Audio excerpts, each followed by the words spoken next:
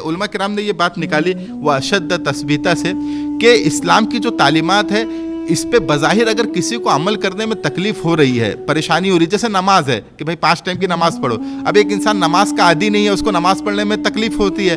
अब फजर में उठना है, अरे यार फजर में उठना अब आदत नहीं है तो भारी पड़ता है। लेकिन उलमा कहते हैं कि ये आयत से ये पता चलता है कि अगर कोई चीज़ में आपको तकलीफ हो रही हो, कोई भी हो, ज़कात देने में तकलीफ हो रही है, इतना माल चले जाएगा मेरा, इतना बड़ा अमाउंट चले जाएगा, तकलीफ हो रही है, तो उसको ज़बरदस्ती वो अमल को करे। तकलीफ होने के बाद भी, जैसे फजर में उठना तकलीफ हो रही लेकिन ज़बरदस्ती उठे, कैसे भी अलार्म लगाए, कुछ भी करे, तो अगर कुछ दिन तक वो ये काम कर लेगा तो अल्लाह ताला फिर उसको साबित कदमी दे देंगे, फिर उसको वो उठने की आदत हो जाएंगी, फिर उसको भारी नहीं पड़ेगा।